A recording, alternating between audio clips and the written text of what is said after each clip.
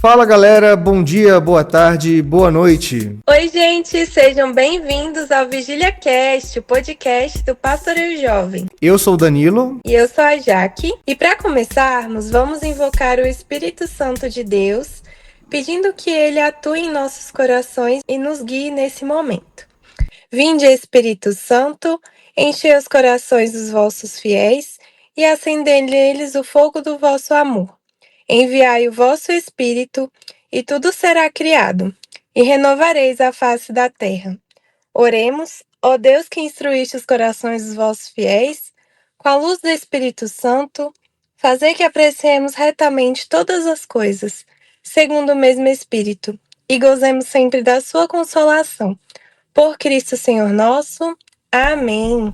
E nesse episódio temos o prazer de receber um convidado muito querido. Com certeza.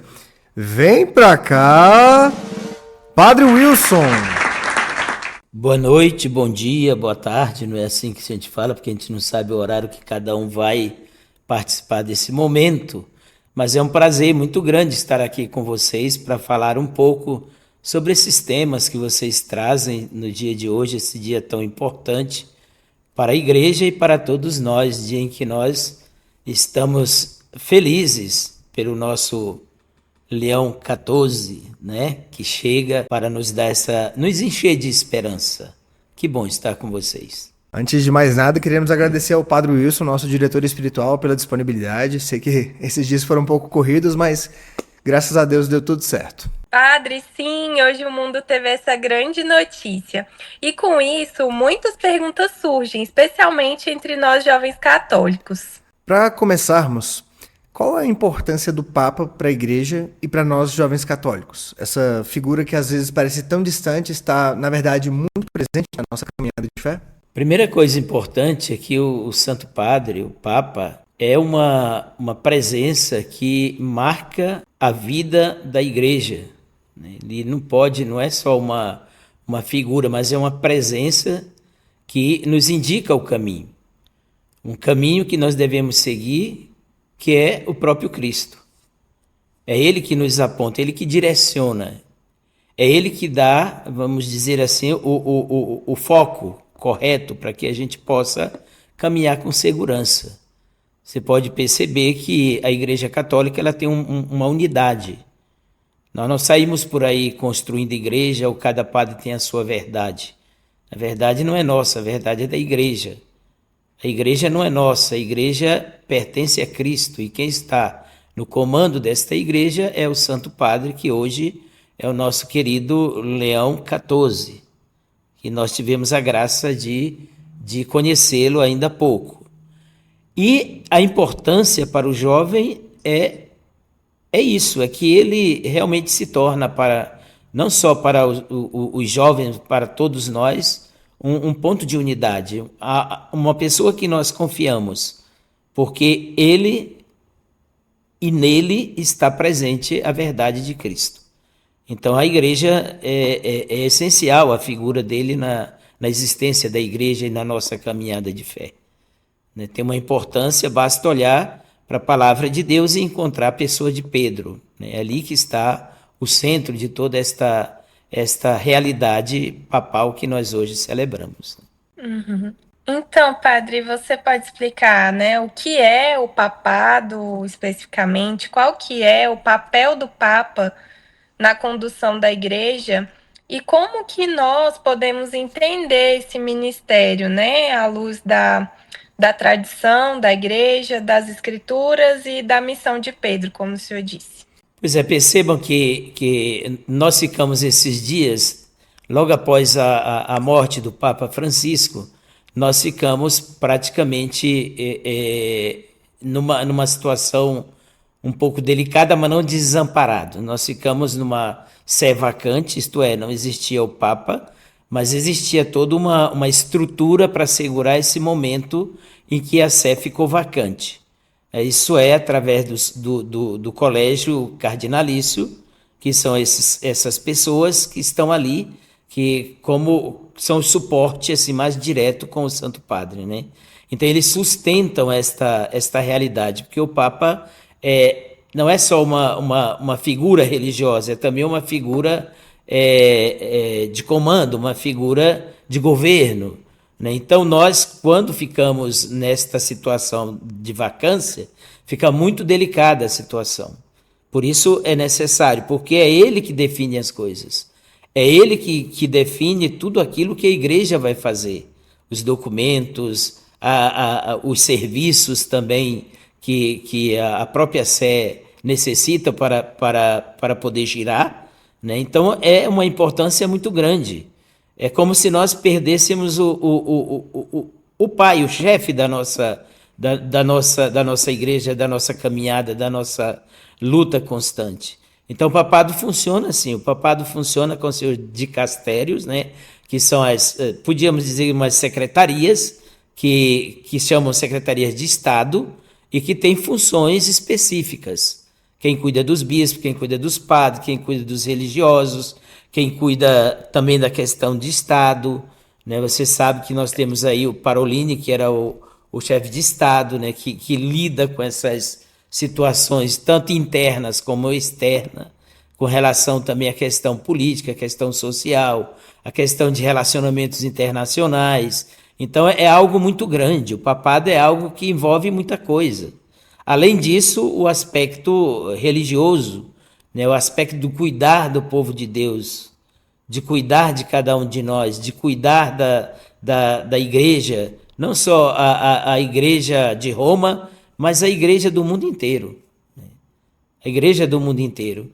Então o papado ele tem uma importância muito grande, não só para a igreja, mas para o mundo, né? Para o mundo, porque dali saem muitas, como se diz, dali saem muitas decisões que têm a ver com a nossa vida, que têm a ver com a vida do mundo, né? Então isso é importante. O papado tem toda uma significação muito grande, né, com relação a tudo isso, né? Agora que nós vivemos a eleição do Papa Leão XIV, muitos se perguntam como funciona de fato um conclave. O senhor poderia explicar de forma simples os passos desde a vacância da Sé até a escolha de um novo Papa? Nós não só tivemos, não posso apenas explicar, mas também eu acho que todos nós participamos durante esse período disso, de uma forma bem didática também, pelos meios de comunicações, também de comunicação, também a gente pode perceber isso. A partir do momento em que a Sé fica vacante, começa os preparativos, depois de 9 a 15 dias, de 15 a 20 dias, tem todo esse período para que as congregações se reúnam. São chamados a Roma todos os cardeais, aqueles que podem votar, mas também aqueles que não, já de idade avançada, todos os cardeais vão a Roma, e lá eles começam, então, se preparam para os funerais do Papa que morreu, e já começam também os preparativos para a eleição do novo padre, do novo Santo Padre, né? Como nós podemos perceber. E durante todo esse período, passando ali aquele momento dos funerais, começam então as reuniões de congregações para que os cardeais possam se conhecer, possam conversar, possam também rezar juntos, possam estar presentes ali para essas conversas relacionadas à vida da igreja, claro, né? A vida da igreja. E ali a gente pressupõe, eu tenho certeza de que o Espírito Santo age também na vida dessas pessoas. O Espírito Santo age na nossa vida desta forma, trabalhando, conversando, dialogando, participando, né? É assim que o Espírito Santo vai nos conduzindo estes homens para que no momento oportuno, isto é, no momento em que eles são trancados a chaves, por isso conclave trancado a chave, né? Então eles possam, com muita liberdade e sob a ação do Espírito Santo, dar o seu voto, escolher aquele que vai ser o sucessor de Pedro, né? Isso é feito com muito critério, com muita responsabilidade. Embora a imprensa tente reduzir tudo isso só uma questão política ou ideológica. Que para a imprensa, de um modo geral, parece que o Espírito Santo não age, só age a politicagem, ou a política e a ideologia. Aí começam a confrontar os conservadores, os de direita, os de esquerda. Essas coisas são muito... Não estou dizendo que não existem, elas existem, mas o destaque maior não é esse. O destaque maior para nós é a ação do Espírito Santo de Deus na presença destes homens. Para isso existem as constituições, né? Existe uma constituição que cuida dessa realidade do conclave, né? Que cuida dessa instituição do conclave, porque é uma instituição que tem uma constituição, tem normas, tem diretrizes a serem seguidas, né? Tem códigos que devem ser obedecidas. E assim acontece essa maravilha que nós vivemos esses dias e que chegou ao seu ápice no dia de hoje. Eu ia entrar justamente nesse assunto, assim, porque nos últimos tempos o cinema e a imprensa, né, tem explorado muito esse tema do conclave, do papado, muitas vezes, como o senhor diz, com um olhar externo à fé, né, trazendo aí outras questões. E como que o senhor enxerga essa atenção da mídia sobre esses assuntos tão sagrados?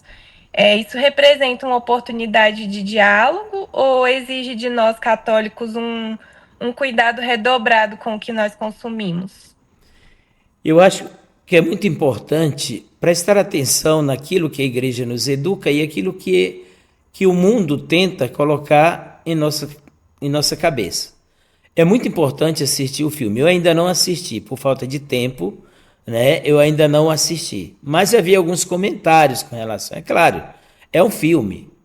O filme tem toda a sua linguagem própria, tem a sua vamos dizer assim, a questão cinematográfica, né?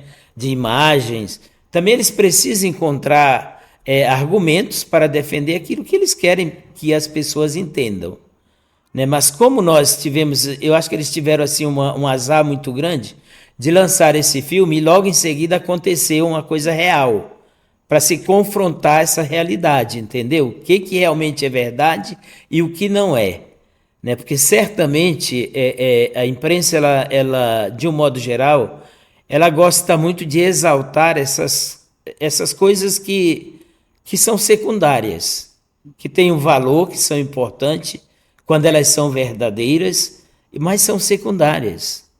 Elas não são a expressão da verdade, a expressão do todo. Então, às vezes, se deixa aquilo que é importante. Você imagine 130 e poucos cardeais, homens, discutindo. O que eles iam discutir? Claro que iam discutir a situação da igreja, a situação política, a situação social, a situação econômica, a situação também ecológica, a situação das guerras, dessa situação que nós estamos vivendo. Isso está no radar da igreja. E não se pode... Como imaginar um pontífice que não tem um olhar voltado para isso? Entende? Que não tenha um olhar voltado para isso. E ali tem seriedade, né? Às vezes eles denigrem muito a realidade da coisa, né? Colocando fatos mesquinhos que às vezes não são nem reais. Não são nem reais, né? Então eu acho que para nós católicos a gente tem que estudar, tem que procurar ler o que significa tudo isso. Procurar ir na fonte, entende? Ir na fonte do problema, do acontecimento, e não ficar apenas naquilo que a mídia fala, seja ela televisiva ou mesmo a questão do filme.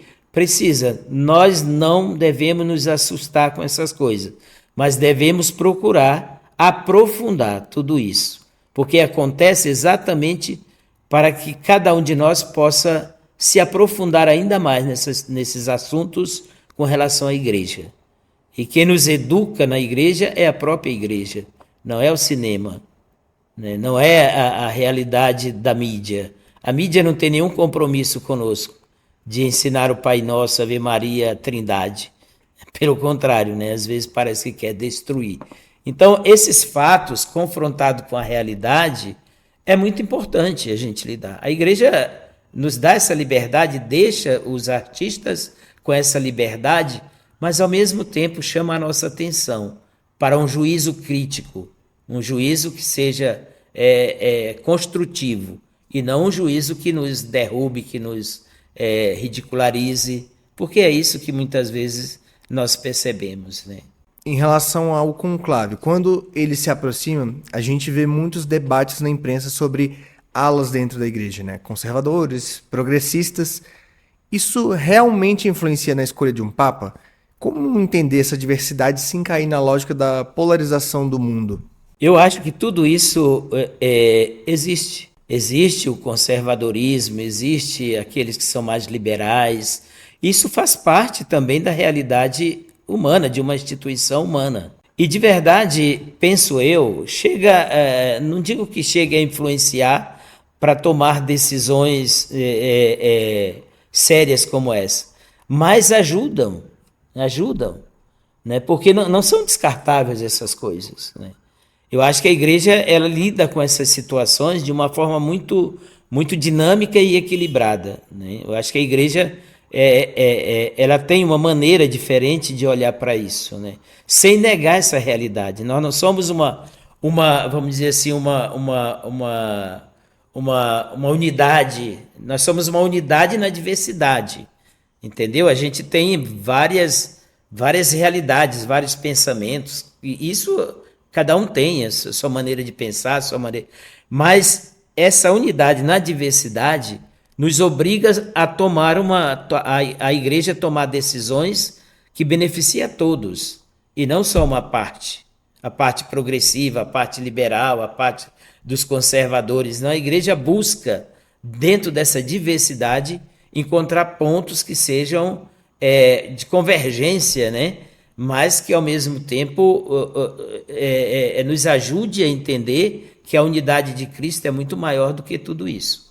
Né? Que nós não estamos aí perdidos, ou não devemos ficar, a igreja não fica perdida dentro dessas coisas, mas ela procura se encontrar e dizer, olha, apesar de tudo isso, tem algo que é importante, e esse algo importante deve ser preservado. Né? Claro que tem suas nuances, que tem alguns que desejariam que o Papa fosse assim, fosse assado, mas isso não acontece. Acontece do jeito que o Espírito Santo de Deus quer que aconteça na sua igreja. Com as diversidades, nada disso vai ser tirado.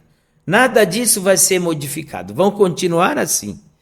E a igreja vai seguir o seu caminho, e aquele que nos conduz vai nos direcionando, vai como que parando essas arestas e nos colocando no caminho certo, no eixo, naquilo que nós temos que Cristo quer que a igreja caminhe. Eu acho que essa é a coisa mais bonita.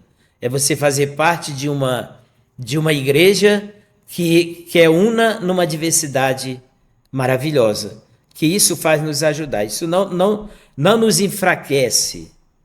Olha só o que pensavam. O Papa tem que ser logo eleito na primeira ou na segunda, porque senão mostra a divisão da igreja, mostra que a igreja está dividida. Olha que coisa mais absurda. Tem nada disso. Poderia ser na primeira, poderia ser na segunda, poderia ser na terceira, na quarta, na quinta, enfim. Isso não justifica nada. Justifica que, se temos problemas, se temos dificuldade, temos que caminhar e temos que encontrar um denominador comum. Essa é a beleza da igreja. Nós não somos um fardo, nós não somos engessados, nós não somos vedados. Cada um tem a sua maneira de pensar. E eu me recordo muito aqui dos evangelistas, por exemplo. Quando você lê o Evangelho de Marcos, não é a mesma coisa quando você lê o Evangelho de Mateus. Tem diferenças, não é? O linguajar é diferente, o olhar é diferente, o acontecimento é o mesmo. A narração é diferente, o acontecimento é o mesmo. É assim. E tudo isso converge para uma única realidade: Cristo. Tá certo? É realmente muito belo mesmo, né, para pensar assim dessa forma. E para fechar, eu queria que o senhor respondesse, né, como que nós jovens podemos nos aproximar mais dos ensinamentos do Papa, né, da sua mensagem, se existem iniciativas específicas da igreja, né, que nos ajudem a viver essa comunhão agora com o nosso novo Papa, Leão XIV. Ah, sim, claro que tem. Eu acho que a melhor forma de se aproximar do pontífice, daquilo, da sua mensagem, para todos nós, de modo especial para o jovem, é ler os seus escritos. Eu tenho aconselhado muito o pastoreio jovem a olhar os discursos tanto do São João Paulo II, como também Bento XVI, esses discursos que eles fizeram para a juventude, principalmente nas Jornadas Mundial da Juventude, eles nos ajudam muito e vão ajudar certamente os jovens a encontrar o seu equilíbrio ali, a encontrar argumentos que, uma vez fixados ou lidos, compreendidos, podem levar eles a dar um juízo melhor sobre a sua própria vida e também a vida da própria sociedade, enfim, que eles vivem. Eu acho que participar das catequeses do Santo Padre, participar também dos discursos que ele faz, eu acho que isso ajuda bastante. E seguir com fidelidade aquilo que a igreja local, a igreja onde o jovem se encontra, indica.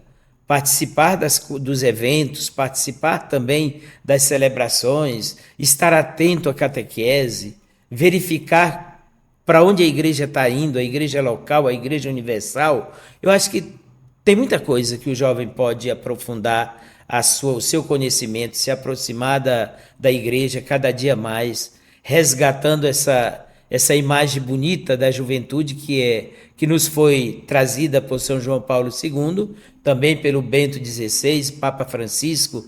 São catequeses maravilhosas e que nos ajudam, e principalmente os jovens, a serem ainda mais evangelizadores e responsáveis com a própria vida de cada um deles, né?